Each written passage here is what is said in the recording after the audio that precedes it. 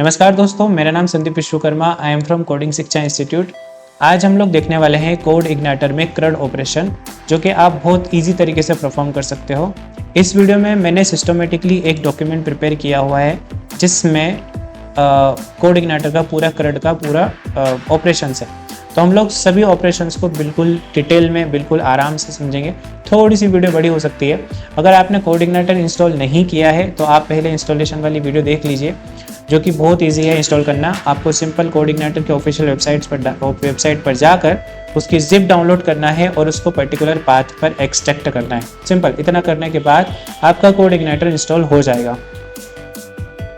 Code igniter में installation बहुत easy होता है, तो आप जिप डाउनलोड करके एक्सट्रैक्ट करके यूज़ कर सकते हो। हम डायरेक्ट स्टार्ट करते हैं CRUD ऑपरेशन। तो हम डेटाबेस बना चुके हैं और ये टेबल हमने स्टूडेंट की क्रिएट कर रखी है। एक बेसिक डेटाबेस टेबल आपको क्रिएट करता आता है, ये मैं सपोज कर रहा हूँ, इसलिए मैंने ये वाला डेटाबेस क्रिएट किया हुआ है ci_start, और इसमें एक टेबल बनाई है स्टूडेंट्स की, जिसमें बहुत मिनिमम डिटेल्स हमने रखी है, which is name, email and course only, और आईडी हमारी जो ऑटो इंक्रीमेंटेड होती है वही है। सिंपल। अब हम लोग स्टूडेंट्स की लिस्ट करेंगे, उसका डिटेल्स को एडिट करेंगे, डिलीट करेंगे और अपडेट करेंगे। ये वाला सिंपल सा काम होने वाला है। इसी को हम लोग CRUD ऑपरेशन बोलते हैं, create, read, update and delete. तो सबसे पहला हमारा काम रहेगा स्टूडेंट लिस्ट करना, फिर स्टूडेंट की डेटा को क्रिएट करना, फिर हम लोग करेंगे उसमें एडिट, या फिर उसी में होगा अपडेट। एडिट करेंगे तो एडिटेबल डेटा को अपडेट करना है एंड देन डिलीट। सिंपल। ये होता है आपका पूरा CRUD, क्रिएट, रीड, अपडेट और डिलीट। ये पूरा CRUD ऑपरेशन हम लोग करने वाले हैं। तो सबसे पहले एप्लीकेशन में आता हूँ और यहाँ पर राइट क्लिक करके, अच्छा, डेटाबेस का अगर कॉन्फ़िगरेशन आपने नहीं किया है तो वो कॉन्फ़िगरेशंस भी आप यहाँ से कर सकते हैं। एप्लीकेशन के अंदर कॉन्फ़िग फोल्डर में आना है एंड देन database.php ओपन करना है। इस फाइल में आप स्क्रॉल डाउन करोगे तो नीचे आपको डेटाबेस के कॉन्फ़िगरेशंस करने होते हैं, जैसे यूज़र नेम, पासवर्ड और डेटाबेस का नेम। यूज़र नेम आपको रूट रखना है क्योंकि आप लोकल में हो अभी, तो आपका user name by default XAMPP में रूट रहता है। पासवर्ड ब्लैंक रखना है। डेटाबेस आपको जो भी डेटाबेस का नेम है आपका वो रखना है। सिंपल। ये डेटाबेस का कनेक्शन हो चुका है। अब हम लोग फंक्शनलिटी साइड में आते हैं और कंट्रोलर में एक कंट्रोलर क्रिएट करता हूँ मैं, which one is student. Student controller हमारा क्रिएट होगा। तो स्टूडेंट कंट्रोलर को ओपन करने के लिए, क्रिएट करने के लिए कंट्रोलर में राइट क्लिक किया मैंने, न्यू फाइल पे क्लिक किया तो ये एक अनटाइटल्ड आ रहा है शो। इसको Ctrl+S से सेव करते हैं और इसी लोकेशन पर मैं सेव करता हूँ एक फाइल students.php। मतलब ये एक मेरा स्टूडेंट कंट्रोलर है। आप स्टूडेंट कंट्रोलर या जैसा भी फाइल का नाम या जो मॉड्यूल पे आप काम कर रहे हो उसके अकॉर्डिंग इस फाइल का नाम दोगे। यही फाइल का नाम आपके कंट्रोलर का नाम होने वाला है। चलिए, तो मैं यहाँ से पूरा कंट्रोलर का जो कोड है, ये वाला मेरा मॉडल है, इसको हम लोग आगे क्रिएट करेंगे, लेकिन अभी मुझे कंट्रोलर की ज़रूरत है तो मैं कंट्रोलर क्रिएट करूँगा। ये बेसिक सा कोड है जिसको मैं पूरा कॉपी करता हूँ अभी। डोंट वरी, पूरा कॉपी पेस्ट नहीं करेंगे हम लोग, पूरा समझेंगे स्टेप बाय स्टेप। इसको मैंने कॉपी किया और यहाँ पर मैं पेस्ट कर रहा हूँ। अब यहाँ पर बाकी सबको आप इग्नोर करो, जो मैं समझा रहा हूँ सिर्फ उसको ही आपको फोकस करना है। सब समझ में आ जाएगा, धीरे धीरे सब चीज़ें हम लोग वन बाय वन समझेंगे, समझ में आएगा। अभी हमने क्या किया था, राइट क्लिक करके न्यू किया था, एक नई फाइल बनाई है students.php, और यही नेम जो आपने students.php रखा है, यही नेम यहाँ पर आना चाहिए, मतलब स्टूडेंट्स ही आना चाहिए। जैसे आपका फाइल का नाम स्टूडेंट्स है तो आपके कंट्रोलर का नाम भी स्टूडेंट्स होना चाहिए। ये एक रूल है इसमें कोड इग्नाइटर के अंदर। ये इस टाइप से हमने कंट्रोलर बनाया। लिखा क्या मैंने, एक क्लास है मेरे पास जो एक्सटेंड करती है, इनहेरिट कर रही है, सॉरी, किसको, ci_controller क्लास को। इससे क्या होगा, इस क्लास के अंदर ये सब, जैसे दिस लोड मॉडल या व्यू, या फिर आप देख रहे हो यहाँ पे ये दिस लोड व्यू, ये सब जो हैं ये सब इसी क्लास के अंदर से आ रहे हैं। मतलब इसी क्लास की हेल्प से हम लोग ये सब चीज़ें चला पा रहे हैं, जैसे मॉडल को लोड करना है या व्यू लोड करना है वगैरह वगैरह सब चीज़ें। अब हम लोग स्टार्ट करते हैं, सिंपल आगे बढ़ते हैं। मतलब थोड़ा सा क्या, क्लास हमने बनाई, यहाँ पर एक कंस्ट्रक्टर है, जो कंस्ट्रक्टर क्या करता है, जैसे ही इस क्लास को कॉल किया जाएगा वैसे ही ये क्लास किसको लोड कर देगी, स्टूडेंट मॉडल को, जो हमने अभी बनाया नहीं है। तो हमको स्टूडेंट मॉडल को भी बनाना पड़ेगा। तो मैं कॉपी करता हूँ कोड, इसको, इसका नाम, या फिर हम लोग मॉडल बना लेते हैं, सब सीधी सी बात है। तो मॉडल का कोड हमारे पास ऊपर रखा है, सब कोड समझाऊंगा, डोंट वरी। तो सबसे पहले फाइल बनाते हैं। फाइल का नाम होगा हमारा ये student_model.php, और मॉडल्स बनते हैं आपके एप्लीकेशन के अंदर, मॉडल फोल्डर के अंदर। राइट क्लिक करेंगे, न्यू फाइल, और Ctrl+S करके Ctrl+V करके मैं सेव करता हूँ। सिंपल। अब मैं मॉडल का कोड कॉपी पेस्ट कर देता हूँ। सारा कोड समझने वाले हैं हम लोग स्टेप बाय स्टेप, बिल्कुल आसान तरीके से कॉपी करता हूँ मैं पूरा कोड और इसको पेस्ट कर देता हूँ सिंपल, क्योंकि बहुत टाइम हो जाता है अगर हम लोग इसको पूरा टाइप करने बैठेंगे तो, और हो सकता है उस टाइम पे ज़्यादा कन्फ्यूजन्स हो। तो मैंने कंट्रोलर कॉल कर दिया यहाँ पे और कंट्रोलर बना दिया, और कंट्रोलर कॉल कर रहा है हमारे मॉडल को, जो भी ज़रूरी है क्योंकि जब हम इस क्लास को कॉल करेंगे, और हमको सभी को पता है कि कंस्ट्रक्टर जो होता है वो ऑटोमेटिक कॉल होता है जब हम इस क्लास को कॉल करेंगे तब। तो जब ये क्लास चलेगी तो फिर ये कंस्ट्रक्टर चलेगा, और कंस्ट्रक्टर चलेगा तो उसको मॉडल चाहिए, इसलिए हमने मॉडल अभी बनाया पूरा। और मॉडल चाहिए फिर हम लोग इंडेक्स फाइल को लोड करेंगे। अगर मैं डायरेक्ट स्टूडेंट्स को कॉल करता हूँ, मतलब इस क्लास को कॉल करता हूँ, तो इंडेक्स फाइल बाय डिफ़ॉल्ट चलती है। मतलब अगर मैं किसी दूसरी मेथड को कॉल नहीं करता हूँ तो फिर इंडेक्स मेथड बाय डिफ़ॉल्ट चलेगी। और अगर इंडेक्स मेथड चलेगी तो फिर ये इंडेक्स मेथड क्या करेगी, इसके अंदर फंक्शनलिटी ये है कि एक डेटा एरे के अंदर हमको स्टोर करना है स्टूडेंट मॉडल से आया हुआ सारा डेटा। स्टूडेंट मॉडल के अंदर क्या है वो समझो आप। स्टूडेंट मॉडल मतलब अभी जो हमने बनाया वो ये रहा हमारे स्टूडेंट मॉडल। यहाँ पर देखोगे आप तो स्टूडेंट मॉडल के अंदर एक मेथड है गेट ऑल, और इस मेथड को कॉल करने का तरीका, मतलब उस मॉडल की मेथड को कॉल करने का तरीका ये है, दिस स्टूडेंट मॉडल कौन है, ये मॉडल जिसको कंस्ट्रक्टर लोड कर रहा है। और क्योंकि इस मॉडल की फंक्शनैलिटीज़ या फंक्शंस को एक्सेस करना है तो हमें इस मॉडल को लोड भी करना पड़ेगा। सिंपल, कोई बहुत बड़ा रॉकेट साइंस नहीं है। हमने मॉडल को लोड किया सिंपल, और उस मॉडल से गेट ऑल मेथड को कॉल किया। ये गेट ऑल मेथड कैसी दिखती है इसको देखने के लिए स्टूडेंट मॉडल को ओपन कर लेते हैं। स्टूडेंट मॉडल मैंने यहाँ पर ओपन किया और यहाँ पर ये रही वो मेथड जो कि गेट ऑल है। ये मेथड क्या करती है, ये मेथड हमें $db गेट स्टूडेंट्स में से सारा रिजल्ट निकाल के देती है। ये स्टूडेंट्स क्या है, ये हमारी टेबल का नाम है। देखो जो MVC पैटर्न होता है कोड इग्नाइटर जो फॉलो करता है MVC, मॉडल, व्यू और कंट्रोलर। तो सबसे पहले मॉडल, व्यूज और कंट्रोलर का ही काम हो रहा है। मतलब मॉडल क्या करता है, डेटाबेस से डील करता है। तो यहाँ पर सारा डेटा ला के देने का काम किसका, मॉडल का। तो मॉडल ने डेटा निकाला और रिटर्न करवा दिया। इस मेथड के थ्रू हमने कंट्रोलर से इस मेथड को कॉल किया था। मतलब कंट्रोलर कह रहा है कि मॉडल भाई गेट ऑल डेटा, तो मॉडल ने बोला ठीक है ये लो सारा डेटा। तो कंट्रोलर मॉडल से सारा डेटा रीड कर पा रहा है इस टाइप से। सिंपल, मतलब जो डेटाबेस रिलेटेड वर्क होगा वो मॉडल के अंदर रहता है, और लॉजिकल पार्ट्स होते हैं वो सब कंट्रोलर के अंदर रहेंगे, और जो व्यू वाला पार्ट है वो हम लोग व्यू वाले फोल्डर में रख रखा है।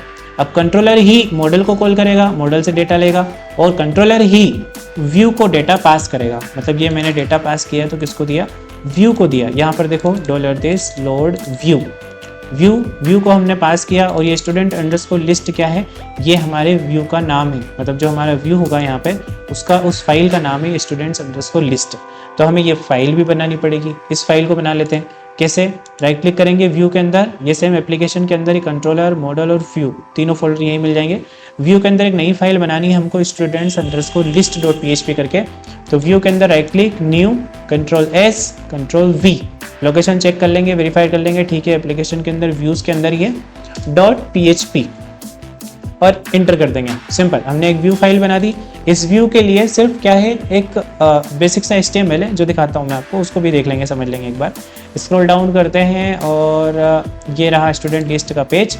इसको मैं कॉपी कर लेता हूँ और यहाँ से कॉपी करके यहाँ पर पेस्ट कर देते हैं। सिंपल, ये क्या हुआ, अच्छा इसको भी ऐसे नहीं करते अपन, इसको पूरा Ctrl+X कर लेते हैं, और एक बेसिक सा HTML लिखा मैंने, और यहाँ पे लिखा स्टूडेंट लिस्ट। सिंपल, और बॉडी के अंदर में जो HTML कॉपी किया था उसको पेस्ट करता हूँ। मतलब ये, इसमें बहुत सिंपल सा कोड है। क्या है इसमें सिंपल सा कोड, देखो ये तो हेडिंग है, ये एक एंकर टैग है, और इस एंकर टैग का नाम क्या है, ऐड न्यू। मतलब ये एक लिंक है जिसका नाम है ऐड न्यू। ये कहाँ लेके जाएगा, जब इस पर क्लिक करूंगा तो ये लेके जाएगा स्टूडेंट्स कंट्रोलर में क्रिएट मेथड पर। स्टूडेंट्स कौन है, ये यहाँ पे ये रहा स्टूडेंट्स, मतलब ये, और इसकी क्रिएट मेथड मतलब ये रही। इस मेथड के अकॉर्डिंग क्या होगा, ये लोड कौन सा, ये व्यू कौन सा लोड करवाएगा, students underscore form.php, student form हमको लोड करके देगा। लेकिन ये करने से पहले हम लोग देखने वाले हैं ये वाला चलाकर। तो पहले तो मैं आपको यहीं पे आता हूँ। चलो ये तो हो गया। उसके बाद टेबल हमने ओपन की, और टेबल के अंदर एक TR दिया जिसमें ID, TH नेम, इसको नीचे कर देता हूँ तो आपको और इजी समझ में आएगा। लाइक दिस, ये ऐसा है simple, ID, name, email, course और एक्शन, ये 4-5 कॉलम्स हैं। इन 4-5 कॉलम्स की वैल्यूज भी यहाँ पे दिख रही है। फॉर ईच लूप के अंदर स्टूडेंट्स आ रहा है, ये स्टूडेंट्स वेरिएबल कहाँ से आया, क्योंकि यही यहाँ तो कुछ है नहीं, ये पास किया था कंट्रोलर ने। यहाँ पर देखोगे तो कंट्रोलर ने ये स्टूडेंट पास किया था, यहाँ से ये डेटा दिया और इस डेटा के अंदर की क्या गई है, स्टूडेंट्स। तो व्यू के अंदर आप इसको एज अ वेरिएबल एक्सेस करोगे और इस स्टूडेंट्स वेरिएबल के अंदर ही आपको इसका सारा रिकॉर्ड मिलेगा, मतलब जो मॉडल ने दिया है वो सारा डेटा यहाँ पर मिलेगा। अब डेटा वेरिएबल के अंदर एक की सेट की है मैंने और उस की के अंदर ये सारी वैल्यू है और मैं डेटा पास कर रहा हूँ सिंपल अपने व्यू में। यहाँ पर 2 पैरामीटर्स देखने को मिलेंगे व्यू के अंदर। पहला है students underscore list dot PHP, view का नाम, जो भी व्यू फाइल है उसका नाम, एंड देन जो डेटा फाइल है या जो डेटा वेरिएबल है वो आपको पास करना है, सिंपल। व्यू साइड में मतलब स्टूडेंट लिस्ट डॉट PHP में आप देखोगे तो वहाँ पर ये वेरिएबल एक्सेसिबल होगा। देखो student list dot PHP open करते हैं, ये रहा, और यहाँ पर स्टूडेंट्स वाला जो वेरिएबल है इसको एक्सेस किया जा रहा है, सिंपल। अब यहाँ से फॉर ईच लूप लगाया है। अब फॉर ईच लूप तो आपको समझाने की ज़रूरत है ही नहीं, क्योंकि ये तो ऑलरेडी पता है आपको। अब यहाँ पर एक चीज़ अगर आपने नहीं देखी हो कभी, तो ये इस टाइप से फॉर ईच लूप यूज़ हुआ है। फॉर ईच स्टार्ट हुआ है और फॉर ईच एंड हुआ है, तो एंड फॉर ईच और स्टार्ट फॉर ईच, इस टाइप से भी हम फॉर ईच को यूज़ कर सकते हैं। नहीं तो वो जो ओल्ड जो वे होता है, जो करली ब्रैकेट्स ओपन क्लोज करने वाला, ऐसा भी यूज़ कर सकते हो। यहाँ पे रो में से मैंने आईडी को प्रिंट किया, इसको प्रिंट किया, नेम को, ईमेल को, कोर्स को, ये सब डेटाबेस की वैल्यूज़ हैं जो कि स्टूडेंट्स वेरिएबल के अंदर आएगी, क्योंकि हमारे मॉडल ने डेटा दिया ना, सारा रिकॉर्ड आया। सारा रिकॉर्ड आने के बाद हमने इसमें स्टोर किया, फिर व्यू में पास किया, फिर स्टूडेंट्स वेरिएबल को हमने लूप के अंदर डाल दिया फॉर ईच के अंदर, जिसमें से एक रो में से आईडी, नेम, ईमेल, कोर्स वगैरह सब आएगा। यहाँ पर भी देखोगे तो TD के अंदर भी 2 लिंक्स लगा रखी, जैसे एडिट की और डिलीट की। चलो यहाँ पर भी आप देखोगे तो ये साइट URL यहाँ पे भी लिखा है, यहाँ पे भी लिखा है। ये साइट URL क्या है? साइट URL आपके सेटअप तक का पूरा URL है, मतलब यहाँ तक का पूरा URL। ये इसमें साइट URL में क्या रहता है वो भी सेट करते हैं हम लोग। साइट URL देखते हैं, अभी आगे आते हैं। चलो अब मैं इसको रिफ्रेश करता हूँ, कुछ भी नहीं है, ठीक है। और इसको पेज को लोड करते हैं हम लोग, मतलब चलो इसको मैं यहाँ से सेव करता हूँ Ctrl+, क्योंकि ये TH हमने सेट किया था। अब मैं आपको लिस्ट वाला पेज रन करके दिखाता हूँ कैसे रन होगा। तो मुझे क्या करना है, ब्राउज़र पे डायरेक्ट यहाँ पे लिखना है स्टूडेंट्स, इंटर किया, नोट फाउंड बता रहा है, तो index.php/students। अब ठीक है, URL के अंदर आते हैं और index.php तो लिखना पड़ेगा, और स्टूडेंट्स मैंने लिखा, शायद स्पेलिंग गलत लिखी क्या, नहीं, ये बोल रहा है 404 पेज नॉट फाउंड, ठीक है। तो इंडेक्स पेज के अंदर चलते हैं, ये रहा इंडेक्स, और यहाँ पे स्टूडेंट्स लिस्ट पेज होगा हमारे पास, जो कि ये हमने बनाया है यहाँ पे, कहाँ पे, व्यू के अंदर ही बनाया है। ये रहा, शायद स्पेलिंग की गलती करी है हमने, नहीं करी, स्पेलिंग की मिस्टेक्स भी नहीं करी है, ठीक है। तो देखो राउट्स यूज़ करने का एक फ़ायदा होता है। अब ये 404 क्यों बोल रहा है, जबकि हम तो यहाँ पर कंट्रोलर को कॉल कर रहे हैं स्टूडेंट्स को। देखो प्रॉब्लम क्या है कि हमारे जो कंट्रोलर की जो नेम है कंट्रोलर का, वो है कैपिटल S से, और हम यहाँ पर कॉल कर रहे हैं स्मॉल s। बस इतना सा डिफरेंस है, मतलब स्मॉल s से अगर मैं यहाँ पर इंडेक्स लिखता हूँ तो चलेगा, लेकिन अगर मैं चाहता हूँ कि सिर्फ कंट्रोलर चले तो कंट्रोलर का नाम सेम रखना पड़ेगा मुझे, जैसे कैपिटल S स्टूडेंट्स करके पूरा लिखना पड़ेगा, और इंटर करेंगे तो ये चल जाएगा, सिंपल। इसका ध्यान रखना, मतलब URL में आपको कैपिटल S या फिर जो आपकी क्लास का नाम है एग्जैक्ट वही रखना है, मतलब इसी को कॉपी करके आप URL में index.php के बाद पेस्ट करोगे। ये index.php भी URL से कैसे हटाते हैं इसको भी किसी और सेपरेट वीडियो में समझेंगे, लेकिन आपको ये इसको रन करने के लिए, मतलब किसको रन करने के लिए, इसको, मतलब ये इस कंट्रोलर को, स्टूडेंट्स वाले कंट्रोलर को रन करने के लिए जो आपका सेटअप था, उसके बाद index.php लिखना है, देन उसके बाद लिखना है आपको स्टूडेंट्स। index.php क्यों लिखा मैंने, क्योंकि आपके सेटअप के अंदर आपके पूरे सेटअप को एग्जीक्यूट करवाने वाली फाइल ये है, देन इसके बाद ही पूरा कोड इग्नाइटर एग्जीक्यूट होता है, इसलिए हमको index.php लिखना है। इसको भी अगर रन करवाना, मतलब index.php को URL में नहीं चाहिए, मतलब मैं चाहता हूँ सिंपल ऐसा दिखे, तो भी आप कर सकते हो, वो भी हम लोग समझेंगे आगे। htaccess फाइल होती है, उसके कॉन्फ़िगरेशंस होते हैं, उसके बाद होता है। चलो ये हो गया हमारा स्टूडेंट लिस्ट। यहाँ पर देख रहे हो आईडी, नेम और ईमेल और वगैरह वगैरह, लेकिन यहाँ कोई रिकॉर्ड नहीं है, तो क्या करेंगे हम लोग, रिकॉर्ड नहीं है तो इसमें एक छोटा सा चेंज मैं दिखाता हूँ आपको। स्टूडेंट लिस्ट में चलते हैं और यहाँ पर मैं एक इफ़ लगाता हूँ, और इफ़ के अंदर लगाता हूँ मैं एक condition which is not empty, मतलब ये जो स्टूडेंट वाला जो वेरिएबल है ये एम्प्टी नहीं हुआ तो ही मैं इस फॉर ईच लूप को चलाना चाहता हूँ। सिंपल, बहुत ईजी है। सिंपल मतलब स्टूडेंट वाला जो वेरिएबल है ये एम्प्टी नहीं हुआ तो ही ये चले। एल्स क्या चले, तो यहाँ पे एल्स और फिर से PHP and if and colon, और इसके अंदर भी मैं एक TR दूंगा और फिर मैं इसमें TT देता हूँ और कॉल स्पेन, ये जिसको बेसिक PHP आता है उसको पता है मैं क्या कर रहा हूँ ये, और नो रिकॉर्ड फाउंड। और उसके बाद यहाँ पर देखोगे आप तो कितने कॉलम से 1 2 3 4 5, तो कॉल स्पेन 5 में दे देता हूँ। उसके बाद यहाँ पर एक क्लास क्या देंगे, यहाँ पे बूटस्ट्रैप यूज़ नहीं हो रहा है तो क्लास काम नहीं करेगी, इसलिए स्टाइल देनी पड़ेगी टेक्स्ट अलाइन सेंटर। सेव कर देते हैं, इनलाइन CSS देखें, रिफ्रेश किया मैंने तो ये सिंपल सा ऐसे मैसेज आना चाहिए, थोड़ा सा प्रॉपर लगे भी। तो अभी क्या हो रहा था, बिल्कुल एकदम ब्लैंक दिख रहा था तो वो प्रॉपर नहीं है। चलो रिफ्रेश करते हैं। अब ऐड न्यू बटन पे क्लिक करूँ तो क्रिएट वाला फॉर्म ओपन होना चाहिए, जो कि नहीं हो रहा। क्यों नहीं हो रहा है, क्योंकि एरर भी समझो आप क्या है। देखो स्टूडेंट कंट्रोलर के अंदर क्रिएट फाइल के अंदर तो जा रहा है वो, लेकिन ये इस फाइल को ओपन नहीं कर पा रहा है क्योंकि ये फाइल है ही नहीं अपने पास, अभी हमने बनाई नहीं है। इस फाइल को हमको बनाना पड़ेगा व्यू फाइल के अंदर, एप्लीकेशन व्यू के अंदर right click, new, control S, और देखो जो आपका कंट्रोलर कह रहा है, जैसे आपने ये जो क्रिएट फाइल ये वाला फंक्शन चल रहा है, अभी देखो स्टूडेंट्स वाले कंट्रोलर में क्रिएट वाला फंक्शन चल रहा है, तो स्टूडेंट कंट्रोलर में क्रिएट वाला फंक्शन चल रहा है, जिसके अकॉर्डिंग वो बोल रहा है कि स्टूडेंट फॉर्म वाली व्यू होना चाहिए, मतलब इसको लोड कर रहा है ना वो, तो ये फाइल चाहिए। तो इसका नाम कॉपी कर लेंगे हम लोग, या फिर यहाँ पर एक फाइल बना लेंगे direct, control S control V। कहाँ पर बनाई मैंने, व्यू फोल्डर के जस्ट अंदर, सेव कर दिया। अब यहाँ पर फॉर्म का जो कोड है वो हम लोग कॉपी पेस्ट कर लेते हैं सिंपल, क्योंकि इतना टाइम इतनी मेहनत नहीं। अब ये जो हैं ये एक बाण से 2 निशाने हैं, मतलब एक तीर से 2 निशाने हैं, इसको भी समझते हैं ये क्या बोल रहा हूँ मैं। तो मैं बेसिक्स से HTML के अंदर इसको प्लेस करता हूँ, क्रिएट स्टूडेंट और पेस्ट, सिंपल।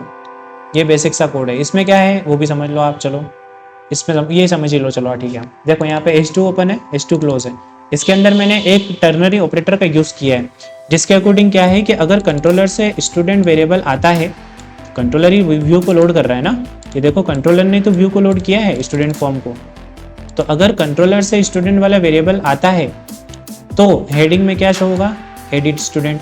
अगर ये नहीं आता है, मतलब ये ब्लैंक है, तो शो होगा एड स्टूडेंट।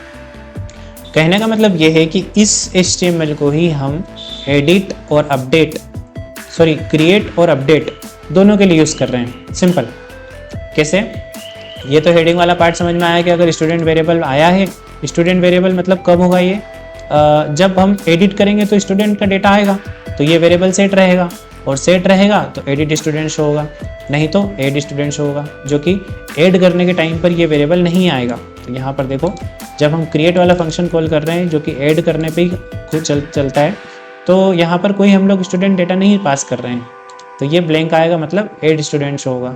आराम से समझना, आएगा समझ में। फॉर्म है, फॉर्म ओपन किया, फॉर्म क्लोज किया, पोस्ट मेथड है, और पोस्ट मेथड चाहिए हमको ऑब्वियसली, चाहे हम अपडेट करें या स्टोर करें। और यहाँ पर भी मैंने एक टर्नरी ऑपरेटर यूज़ किया हुआ है, इसके अकॉर्डिंग देखो आप, अगर स्टूडेंट वेरिएबल सेट है तो URL क्या होगी, ये वाली, नहीं तो URL क्या होगी, स्टोर वाली। सिंपल बेसिक सा लॉजिक है।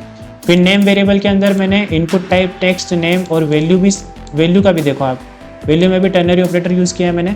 अगर स्टूडेंट वेरिएबल सेट रहता है तो स्टूडेंट का नेम शो होगा, नहीं तो blank. Same student variable set होगा, अगर आया है कंट्रोलर साइड से तो ईमेल शो होगा, नहीं तो ब्लैंक।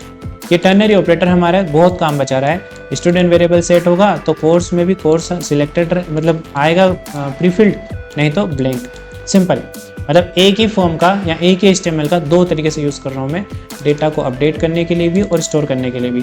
इसको आराम से शांति से पूरा कोड देखना, ये मैंने यहाँ पे पूरा कोड दिखा रखा है, आप इसका स्क्रीनशॉट लेना, समझना, बहुत ईजी है। बेसिक्स आपको PHP के आने चाहिए, तभी आप कोडिग्नेटर फ्रेमवर्क अच्छे से सीख पाओगे। और सजेशन ये है कि आप बेसिक्स पहले क्लियर करो, नहीं तो ये नहीं समझ में आएगा। चलिए आगे बढ़ते हैं, अब इसको रिफ्रेश करते हैं इधर यहाँ पर, तो ये फॉर्म हमारा शो हो गया। अब डेटा जैसे ही स्टूडेंट यहाँ पे डालता है, जैसे मैं अपना डेटा यहाँ पे डालता हूँ कुछ भी, और ये मैंने डाला, और जैसे मैं सेव बटन पे क्लिक करूँगा तो ये फॉर्म सबमिट कहाँ पर होगा, ये ऐड स्टूडेंट आ रहा है ना यहाँ पर, ये देखो ऐड स्टूडेंट चल रहा है, क्यों चल रहा है ये, क्योंकि स्टूडेंट वाले वेरिएबल में कोई वैल्यू है ही नहीं, ये एम्प्टी है, ये सेट नहीं है, तो ऐड स्टूडेंट आया, ठीक है। सेम यहाँ पर देखोगे आप एक्शन में, तो कहाँ पे सबमिट होगा, एक्शन कहाँ पे सबमिट होगा, क्योंकि ये वेरिएबल सेट नहीं है तो ये वाला तो चलेगा नहीं, ये वाला तो नहीं चलना है, फिर ये वाला चलना है, कोलन के बाद वाला पार्ट, तो कहाँ पे से आएगा, स्टूडेंट्स कंट्रोलर के अंदर स्टोर मेथड में। स्टोर मेथड में ये डेटा सबमिट होने वाला है, तो स्टूडेंट्स मेथड में आते हैं, यहाँ पर देखते हैं स्टोर मेथड ये रही, और स्टोर मेथड के अंदर ही डेटा पोस्ट होगा सारा, और डेटा को कोड इग्नाइटर में रिसीव करने के लिए दिस इनपुट पोस्ट इस टाइप से रिसीव किया जाता है, तो $this इनपुट पोस्ट, और ये आपकी इनपुट फाइल का नाम है। बस मैंने क्या किया, एक वेरिएबल के अंदर, एक एरे वेरिएबल के अंदर सभी पोस्टेड वैल्यूज को ऐसे कोमा सेपरेटेड स्टोर कर दिया। यहाँ पर देखो नेम की के अंदर मैंने वैल्यू असाइन करी है, ये एरे है हमारा, और यहाँ पर ईमेल की के अंदर मैंने posted email variable value store कर ली, कोर्स के अंदर मैंने कोर्स स्टोर कर लिया। सिंपल, एक बेसिक सा अरे है। ये की के अंदर मैंने $this इनपुट पोस्ट, तो पोस्टेड वैल्यू जो फॉर्म में इनपुट फाइल का नाम है हमारा, जैसे ये वाला, ये सब नेम हम लोग यहाँ पे डाल रहे हैं, यहाँ पे नेम ईमेल कोर्स, ये मैंने इसके अंदर रखा डेटा एरे के अंदर। और अब मैंने क्या करा, $this स्टूडेंट मॉडल कौन है, ये मॉडल, जो कि हमारा ये मॉडल है, क्योंकि देखो कंट्रोलर का काम है लॉजिक का, मतलब कंट्रोलर ही बोलेगा मॉडल को डेटा स्टोर करना, रीड करना, अपडेट करना, डिलीट करना। तो अब यहाँ पर जो कंट्रोलर है, ये कंट्रोलर के अंदर ही हम लोग, ये स्टोर मेथड कंट्रोलर की है, कंट्रोलर का काम है कि वो स्टूडेंट मॉडल को बोले कि तू इंसर्ट कर दे। ये इंसर्ट मेथड भी हमने बनाई है कहाँ पे, मॉडल के अंदर, स्टूडेंट मॉडल के अंदर। तो स्टूडेंट मॉडल ओपन करते हैं और इस इंसर्ट मेथड को भी देख लेते हैं। इंसर्ट मेथड को देखेंगे तो यहाँ पर देखो स्क्रॉल डाउन करके ये यहाँ पे ये रही इंसर्ट मेथड। ये इंसर्ट मेथड क्या लेगी, एक पैरामीटर लेगी $डेटा लेने के बाद ये मेथड इस डेटा को स्टोर कर देगी कहाँ पे, इस टेबल के अंदर। इसके अंदर देखो कोड क्या है, $this db insert, ये प्री डिफाइंड फंक्शन है, ये हमने बनाया है pre defined function insert db, और ये दो पैरामीटर्स लेता है, एक तो टेबल और एक डेटा। तो टेबल हमने दे दिया यहाँ पे नाम स्टूडेंट्स, और यहाँ पे दे दिया हमने डेटा, जो भी डेटा आएगा आपके कंट्रोलर साइड से, तब ये डेटा। सिंपल, ये सारा डेटा हमने पास किया स्टूडेंट मॉडल की इंसर्ट मेथड में, ये और ये सारा डेटा गया यहाँ पे इंसर्ट में, यहाँ पे, और यहाँ पे की वैल्यूज के फॉर्म में डेटा था। तो यहाँ पर कीज क्या है, वो देखो, ये जो की है ये आपके कॉलम के नेम से सेम होना चाहिए, क्योंकि यही जाएगी, और ये वैल्यूज़ हैं जो आपके input file, input type text या इनपुट जो नेम है आपकी फील्ड के, उनसे सेम होना चाहिए। सिंपल, ये डेटा इंसर्ट हो जाएगा। इंसर्ट करने के बाद रीडायरेक्ट करने के लिए रीडायरेक्ट लिखना है और आपको पाथ लिखना है। तो रीडायरेक्ट के बाद हमने लिख दिया स्टूडेंट्स, फिर स्टूडेंट्स हमारा कौन है, कंट्रोलर है। चलो करके देखते हैं आप। सेव, इधर आता हूँ, रिफ्रेश करता हूँ और मैं सेव बटन पे क्लिक करता हूँ। सेव किया और स्टूडेंट्स पे रीडायरेक्ट भी हो गया, लेकिन वही सेम प्रॉब्लम, ये फर्स्ट लेटर कैपिटल होगा तो ही रीडायरेक्ट माना जाएगा। ये देखो सिंपल, देखो इसका सॉल्यूशन ये है कि हम जो रीडायरेक्ट कर रहे हैं यहाँ पर भी कैपिटल एस कर दो, तो जब ये रीडायरेक्ट करेगा तो कैपिटल एस वाले स्टूडेंट्स वाले जो आउट है उस पर रीडायरेक्ट करेगा। सिंपल, सेव किया तो डेटा रीडायरेक्ट होने के बाद यहाँ पर देखो डेटा भी दिख रहा है। ये सब डेटा डेटाबेस में स्टोर हो चुका है। किसने स्टोर किया, कोड इग्नाइटर ने। सिंपल, नेक्स्ट है एडिट। चलो एड वाला काम समझ में आया। एड न्यू पे क्लिक करते हैं तो नया फॉर्म ओपन होता है जो कि कंट्रोलर ओपन करवाता है। देखो एड न्यू पे क्लिक किया तो ये क्रिएट वाली मेथड कॉल होती है। रुको यार, ये देखो बैक आते हैं, यहाँ से समझाता हूँ मैं आपको। एड न्यू पे क्लिक कर रहे हैं तो कहाँ जाता है, स्टूडेंट्स कंट्रोलर के अंदर क्रिएट मेथड को। तो स्टूडेंट कंट्रोलर के अंदर क्रिएट मेथड क्या कर रही है, एक व्यू लोड कर रही है जिसका नाम है स्टूडेंट अंडरस्कोर फॉर्म। ठीक है, स्टूडेंट फॉर्म हमारा ओपन हो गया। इसके बाद क्या है, जब हम ये डेटा डालते हैं यहाँ पे और सबमिट करते हैं तो ये कहाँ स्टोर होता है, ये स्टूडेंट्स कंट्रोलर के अंदर स्टोर वाली मेथड पे सबमिट होता है। और सबमिट होते ही हमने क्या करा, एक एरे के अंदर की वैल्यू के पेयर में फाइल्स जो कॉलम्स के नेम है उनमें रखा नेम, मतलब कॉलम्स नेम, और फिर यहाँ पर posted value, then comma, then अगली वैल्यू, कोमा, ऐसे करके एक एरे बनाया। और इस एरे को हम लोग इसको एसोसिएटिव अरे बोलते हैं, एसोसिएट कर रहे हैं हम लोग वैल्यूज़, और ये इसमें हम लोग वैल्यूज़ डाल रहे हैं यहाँ पर इंसर्ट फंक्शन के अंदर। ये इंसर्ट फंक्शन किसका है? स्टूडेंट मॉडल का। स्टूडेंट मॉडल कौन है? एक ऐसा मॉडल है जो डेटाबेस का काम करता है, ठीक है। तो हमने बोला स्टूडेंट मॉडल को कि इंसर्ट कर दे, तो स्टूडेंट मॉडल के अंदर एक मेथड है इंसर्ट की, जिसमें डेटा को इंसर्ट किया। सिंपल, बहुत ईजी, ज़्यादा कॉम्प्लिकेटेड नहीं है। आप बहुत ईजी समझो, मैं ज़्यादा डीप में समझाने में आपको और ज़्यादा कंफ्यूज नहीं कर दूँ, इसका भी मुझे थोड़ा सा ध्यान रखना पड़ेगा। चलो, डेटा तो स्टोर करना हम लोग सीख गए। एक और डेटा हम लोग स्टोर कर देते हैं इसमें। जैसे मैं इसमें स्टोर करता हूँ मनीष, और m@gmail.com स्टूडेंट की ईमेल डाली, और कोर्स में मैंने डाल दिया वेब डेवलपमेंट। सिंपल, और सेव बटन पे मैंने क्लिक किया। ये देखो डेटा यहाँ पे भी डेटा स्टोर हो चुका है। अब इनका एडिट वाला पार्ट हम लोग कवर करने की कोशिश करते हैं। जब मैं एडिट बटन पे क्लिक करूँ तो क्या होगा? देखो, एडिट पे क्लिक किया तो क्या कह रहा है वो? स्टूडेंट्स टेबल में, सॉरी स्टूडेंट क्लास में एक एडिट मेथड होगी, ठीक है। अब ये दो क्या है फिर? ये आईडी है उसकी, ठीक है ना। बेसिक क्रेड अगर पीएचपी में आता है तो पता है कि ये क्या है।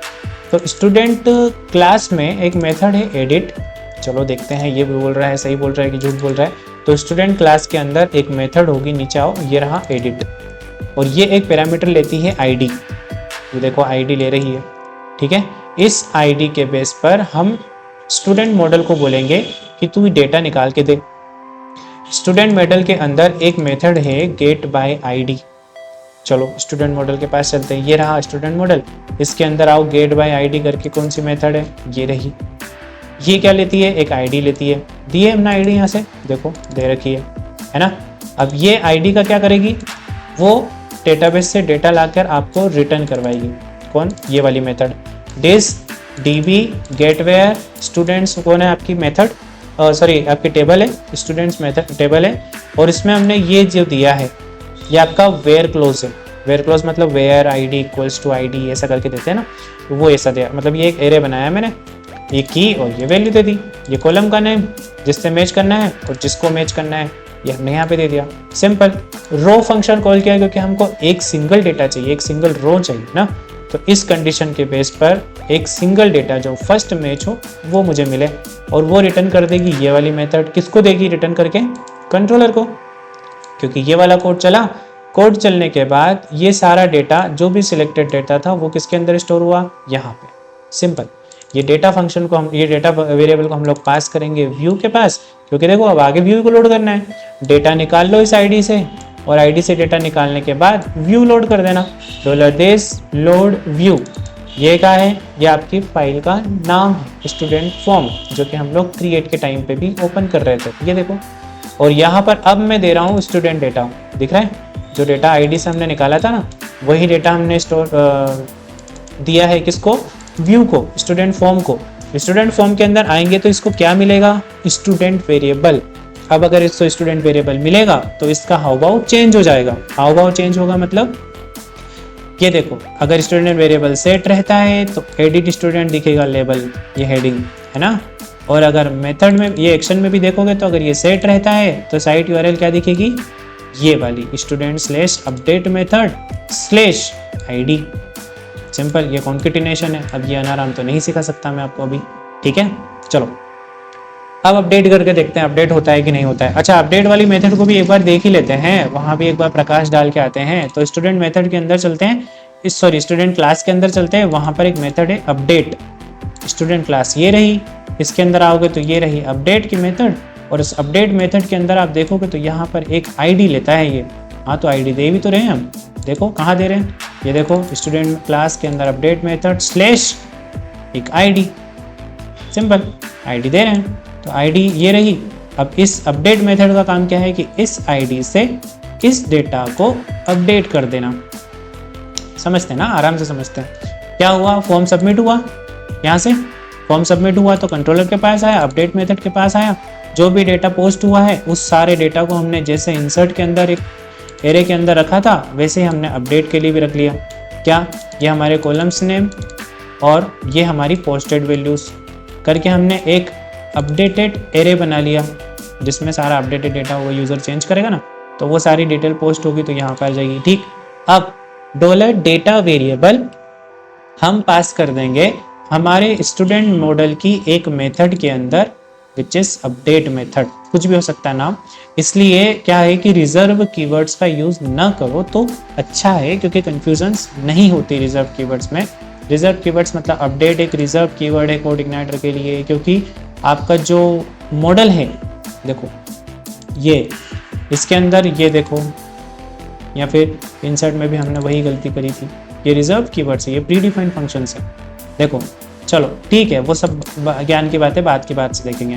देखो अपडेट के पास पूरा एडिट वाला फॉर्म पोस्ट हुआ, इसने क्या करा, ये सारे डेटा का एक अपडेटेड एरे बना लिया और स्टूडेंट मॉडल को बोलेंगे कि भैया देख, तेरे पास जो अपडेट मेथड है उसमें तू ये आईडी लेके जा और ये डेटा लेके जा, बाकी सब हमारा जो मॉडल है वो देख लेगा। ठीक है, तो स्टूडेंट मॉडल के पास ये जो अपडेट मेथड है, यहाँ आते हैं, स्टूडेंट मॉडल तो ये रहा, इसकी अपडेट मेथड रही ये, सिंपल। इसमें देखोगे तो यहाँ पर क्या है, आईडी है, फर्स्ट पैरामीटर आईडी लेना है ये फंक्शन, और सेकंड पैरामीटर ले रहा है डेटा। तो हमने दिया है ना, ये देखो फर्स्ट पैरामीटर आईडी दिया, सेकंड में डेटा दिया, दे दिया, चलो बढ़िया है। अच्छा, ये भी अगर कन्फ्यूजन हो रहा है कि आईडी ही लिखना ज़रूरी तो मत लिखो, कोई दिक्कत नहीं, स्टूडेंट आईडी भी लिखोगे तो भी कोई प्रॉब्लम नहीं है। यहाँ पे अपडेटेड डेटा भी लिखोगे इसका नाम तो भी कोई दिक्कत नहीं है। मतलब दिखा देता हूँ, इसको आप दे दो स्टूडेंट अंडरस्कोर आईडी, ये ठीक है, और इसको दे दो आप, अगर इसका नाम चेंज भी कर देते तो अपडेट डेटा करके आप कर सकते हो, कोई प्रॉब्लम नहीं है। अब ऐसा ज़रूरी नहीं है कि यही नाम से आप इसको यहाँ पर एक्सेस करोगे, कोई प्रॉब्लम नहीं है। उसको यहाँ पर एक पैरामीटर चाहिए, उसको यहाँ पे भी एक पैरामीटर चाहिए। यहाँ पर आईडी आई, आईडी आ गई, डेटा आया, डेटा आ गया। देखो क्वेरी समझ लो, $this db where, where close लगा दिया, देन अपडेट दिस, टेबल का नाम चाहिए फंक्शन को, अपडेट को, और डेटा चाहिए, वेयर क्लोज लगा दिया। मतलब इस डेटाबेस में जहाँ पर ये अपडेट कर देना, मतलब ऐसा कुछ है समझो आप, मतलब बनाने की कोशिश करी, बना नहीं वो, पर ऐसा समझो आपकी $this db where क्लोज कि यहाँ पर आईडी ये हो, जो आईडी आ रही है, और अपडेट कर देना इस टेबल में ये डेटा वहाँ पर, सिंपल है ना। तो ये अपडेट हो जाएगा। अपडेट होने के बाद ये स्टूडेंट मॉडल एक रिस्पॉन्स देगा, किसको, कंट्रोलर को। अपडेट हुआ, अपडेट होने के बाद रिस्पॉन्स मिला, आप ये फिल्स करके चेक कर सकते हो, नहीं तो आगे बढ़ो। रीडायरेक्ट स्टूडेंट्स, यहाँ पे भी सेम फर्स्ट लेटर कैपिटल कर देते हैं, तो ये स्टूडेंट्स कंट्रोलर पे रीडायरेक्ट करेगा, मतलब इसी कंट्रोलर पे। यहाँ पर जब स्टूडेंट कंट्रोलर रीडायरेक्ट होगा तो इंडेक्स मेथड बाय डिफॉल्ट चलेगी, सिंपल करके देखते हैं। मनीष 1 2 3, M 1 2 3 और वेब डेवलपमेंट 1 2 3, ये डेटा अपडेट किया यूजर ने, सेव किया, सेव हुआ डेटा, अपडेट हो गया रिकॉर्ड, और रीडायरेक्ट हो गया स्टूडेंट कंट्रोलर के अंदर, और स्टूडेंट कंट्रोलर के अंदर या स्टूडेंट कंट्रोलर पर लोड रीडायरेक्ट हुआ तो इंडेक्स मेथड कॉल हो गई।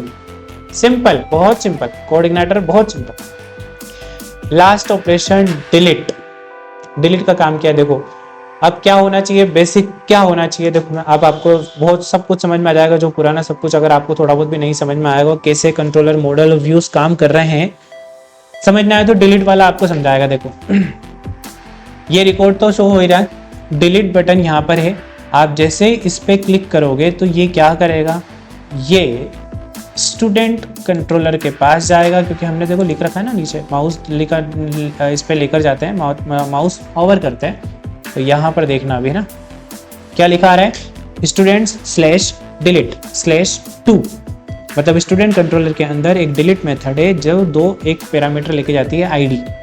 आओ जो मैंने बोला सही है क्या, स्टूडेंट कंट्रोलर ये रहा, इसके अंदर एक मेथड होगी, नीचे आओ, नीचे नीचे ये रहा डिलीट मेथड, इसके अंदर एक पैरामीटर जाएगा आईडी, और इसके बाद इस फंक्शन की फंक्शनैलिटी क्या है, ये फंक्शनैलिटी कुछ ऐसी है कि दिस स्टूडेंट मॉडल, मतलब हमारा जो मॉडल हमने बना रखा है उस मॉडल के अंदर एक मेथड होगी डिलीट।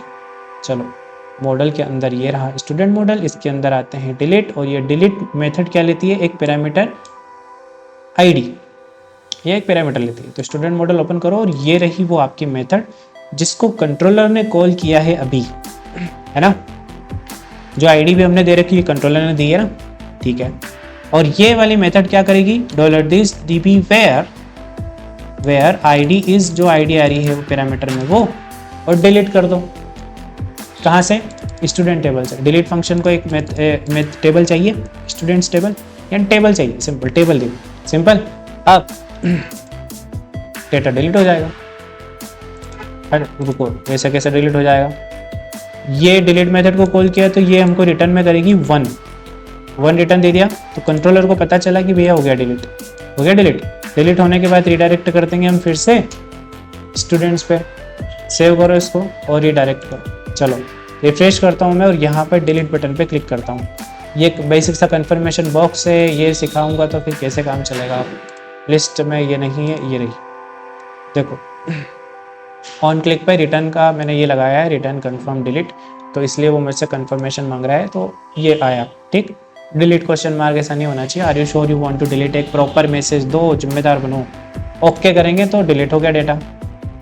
बहुत ईजी है कोऑर्डिनेटर, और आसान तरीके से समझने के लिए, सीखने के लिए आपको या तो ऑफलाइन क्लास ज्वाइन करनी पड़ेगी या तो फिर इस वीडियो को फिर से देखना पड़ेगा।